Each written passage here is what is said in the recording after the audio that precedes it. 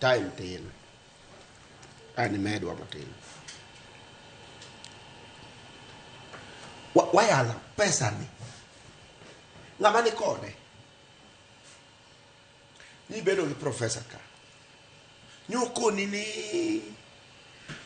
KMCS penjo to penj nga chama o chama and that mane Gima kela wacho ni nyaka wa change system wadhi timo gi toko going forward kopo ni chama yini chama anatie bunge kokalo kuom chama mar ODM to chama nigi structures ne from national to county to sub-county.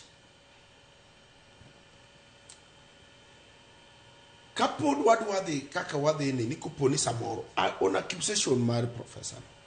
ni pesa kuwuok to nitie jodongo moko mabedo kode ting'eyo wang'i ni to ichalade ke bedane kando ichalade bedane kando ichalade bedane kando then gini obedo puonj nikech wan ng'ini ODM wang'eyo okay no ODM me sole ngato ni gina ni bi but because gichane gir county at least jomoko ne nyaka wuogi nyaka nyatike wuotho kadhi neno kadhi chunge cham kuponi pesa no gol to tiyo would have been okay to kane okogole